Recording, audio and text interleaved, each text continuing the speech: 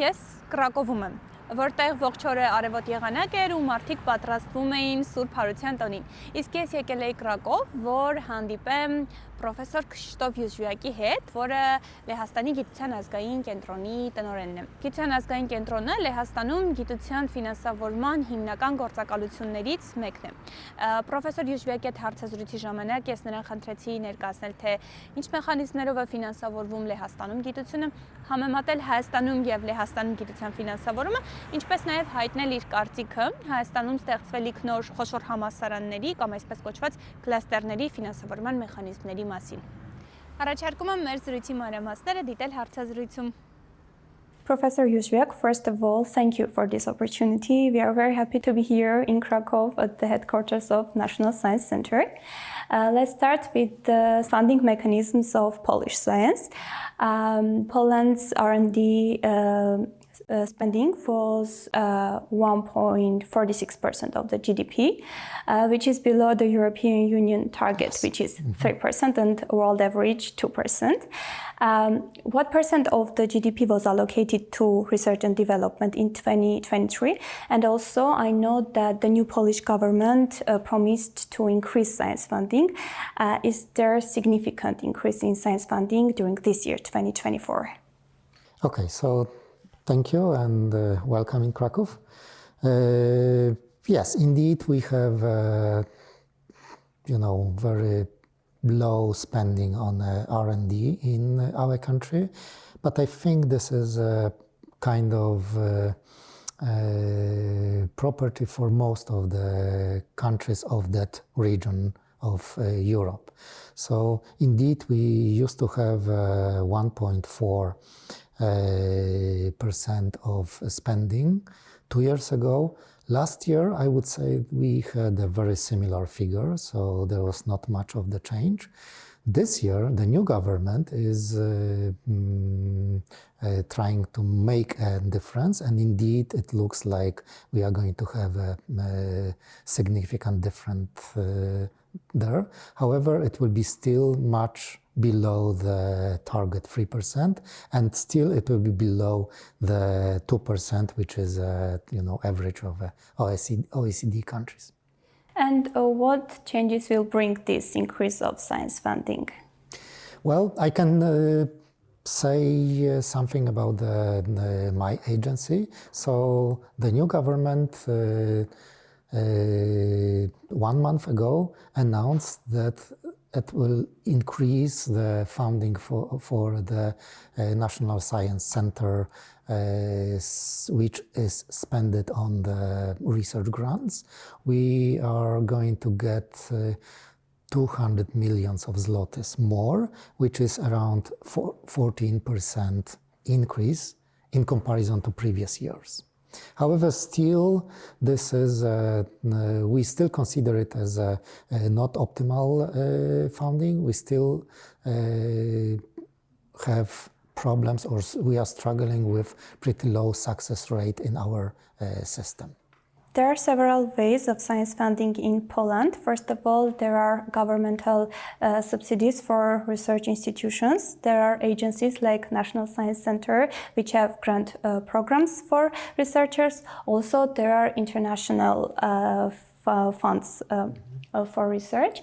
So can you please describe how each of these mechanisms of funding work? So, in National Science Center, we have most of our spending comes or is allocated on something we call domestic programs. We are funding Polish scientists which are running their own projects. Those projects or those scientists may be funded regardless of their career stage. We have a special programs for young scientists, for those who are just receiving the PhD, or to those who are at the stage to start the independent research career, and also for those more advanced scientists. Domestic programs does not mean that those scientists are not cooperating on the international level. They obviously, if they have credentials and they have records of international collaborations, and those international collaborations increase the value of the project, they have more chances to get a grant. And on the top of that, we also have a quite large percentage of our budget allocated on pure international initiatives. We are parts or partners in many partnerships in Europe, which are funding programs or grants which are proposed by international consortia, which is a mixture of scientists coming from many different countries in Europe. And we are very happy that the Polish scientists are more and more successful in getting funds from those instruments. If I'm not mistaken, you also have joined programs with Polish funding agencies. Yes, we do. We have several Polish funding agencies, which are governmental agencies. National Science Center is to fund basic research. We also have another agency to fund more applied research. So in order to bridge the gap between the basic science and applied science, we are running joint programs which are designated for scientists, which they already know that their basic research came with the ideas and with some with ideas which might be in the future commercialized. So they are starting to run some first stages of applied research, of the development of some initial stages of future technologies. They can, based on that, they can fund the grant applications and so on and so on. So this is the special initiative to bridge this connection or a gap between the one and another agency. We also have an agency which is designated for promoting international collaboration and the mobility of scientists. And indeed, in our programs, we do have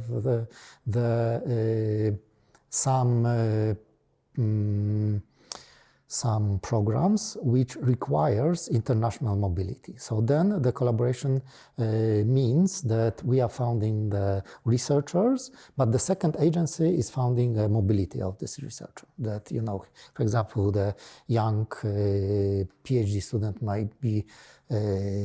might travel for some very good foreign institution for, let's say, half of the year. Let's move to Armenia, where there are two main sources of science funding.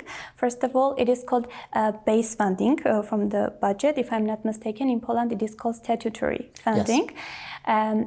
And also scientific grants for researchers. And both of these sources are administered by the governmental body, which is called Higher Education and Science Committee. Mm-hmm. This stays in contrast with Poland, where there are several agencies which have grant projects for researchers. What are the advantages to have multiple sources of science funding instead of having centralized mechanism of funding like it is in Armenia? Yes, this is true. In Poland, our, as you said, statutory funding is funded by the government directly, by the Ministry of Science and Higher Education. Like in Armenia. Yes, and many other instruments are run by the external institutions. They are still governmental institutions. However, this is really important that they are independent, which means that they, first of all, they have more freedom in development of a policy, of a strategy, in developing of a special type of the programs. And secondly, might be less influenced by some political changes, and so on and so on. So we believe that this is really very important advancement, and we remember the time when indeed the government, the ministry was the only source of money. Now it is better, and one of the additional thing which I think is important is that for a regular scientist there's plenty of calls that he can apply for funding depending on what type of research he's doing and what type of activity the person might want to have. As I said, we have a special agency for mobility of scientists, and indeed it was a very important change when this institution was introduced, because we have our scientists started to be more and more active in those international collaborations. Also, our activity in terms of international collaborations are very important. We are a direct contact and collaborator for European Union funds when we indeed directly implement ideas of those programs into the Polish soil, which can be used by the scientists working in Polish institutions. Last decades after the independence, Armenia's scientific sector struggled with insufficient funding, but last 3 years, the Armenian government increased science funding significantly, implemented new grant projects, especially targeting young scientists. But considering the fact of insufficient funding of decades, how long will it take to see measurable results in Armenian science? I mean, more publications in prestigious international scientific journals, and also maybe patents, etc.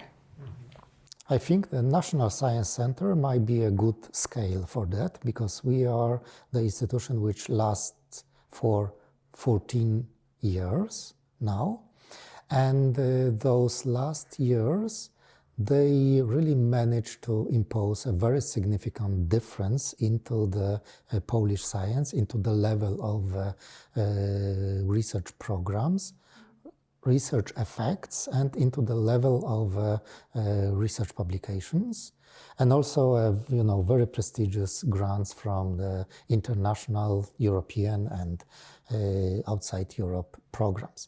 So indeed we see that difference, and so I believe I can say that even like a chain installing or implementing a good institution which runs programs on the internationally recognized recipes is very important, and even after 10 years of running such institution, you can really see the difference which comes to the country. Obviously, we are not completely happy with the outcomes. We still are thinking that we are on a pretty low level, especially when we are comparing with those most scientifically developed countries. But we indeed see a very important change and increase in many aspects. When we are talking about Armenia, I guess 3 years is a short period of time to evaluate the results of this. Yes, I completely agree. I remember that the same discussions like 10 years ago or so, when indeed there was questions of what are the effects of the National Science Center on the Polish science, when we are going to see those results. Indeed, it was a very important discussion, and I remember some members of the boards on those discussions, they were communicating things like that. Allow us to run programs, and soon we will see the difference, because almost all of those scientifically developed countries, they have this type of agency for many years, and there was always a change which was imposed by this type of agency. But we had to wait some time. The cooperation between higher education institutions and scientific organizations of Armenia is relatively lack, and you can rarely find researchers from university and the scientific organizations who carry out joint research programs. It is very interesting whether the National Science Center has specific grants which encourage researchers from different institutions, maybe from a university and a scientific organization, to submit a joint application for a research program. Mm-hmm. Yes, that was and still is the same problem in our country. Historically, we were proposing special programs which were designed to foster and stimulate the collaboration and cooperation between scientists from different institutions, from different places, and so on and so on. I must admit that they were not particularly successful. Why? Because the idea behind that was our thinking that we are able to design the program which will stimulate scientists to collaboration. And it was working, but was not as successful as was expected. However, something which happens later was that we noticed in our regular programs, which didn't expect this type of, it was not required to have this type of a collaboration, that in those programs the scientists started to collaborate, because when they were proposing a consortium of 2 or 3 different institutions, or scientists working from different places with different background, with different expertise, they were just proposing better proposals. And those better proposals were easier to be founded. So they realized that the collaboration is important because you can be founded. So I believe this is a better idea. Maybe not running a special programs to stimulate collaboration, but increase the value or instruct reviewers that usually proposals which are proposed by a consortium of different scientists might be of scientifically better value. The Armenian government initiated reforms in the fields of science and higher education. It wants to merge all the universities, public universities of Armenia, into 6 big universities, to integrate all the scientific organizations into them. And there are concerns in the academic community of Armenia that after this reform, the science will be overshadowed by higher education. So what funding mechanisms should be adopted to make sure that these newly formed universities will have adequate funding both for their research and educational activities? I might not be objective, but I might say that perhaps the form of or the the way how National Science Center is working in Poland is perhaps a very good idea to possibly try to resolve the problem, or at least to have some measures and some tools which might found and stimulate the best research activities at universities. our government is funding higher education, and this is their jobs. They are obviously, they also have some agencies, they have some grant systems and so on. However, those other agencies are designed to fund research activities mainly. So, our programs are designated to fund the best possible research projects which are openly proposed and are in an open competition, which is reviewed by the peer review system, which is, the international standard. And that is always the best mean to select and fund the best projects in the countries. So there will be a need of a specific agency which will fund only research activities, not education. Am I right? Yes. With its new initiative, the Armenian government aims to boost cooperation between higher education and science, to bridge the higher education and science, and also have increased the quality of research and educational programs. As a director of the largest funding agency of Polish science, and also as a person who is involved in research and educational activity, how would you evaluate the initiative of the Armenian government? What do you think about this initiative and reform? Unfortunately, I don't know many details of that, but indeed it is very important to find a balance between the research and the higher educations at the universities. Perhaps in different countries there are different challenges in that. I believe that in my country still the challenge is to balance the activity of single scientists, which is devoted to teaching, to education of students, and find the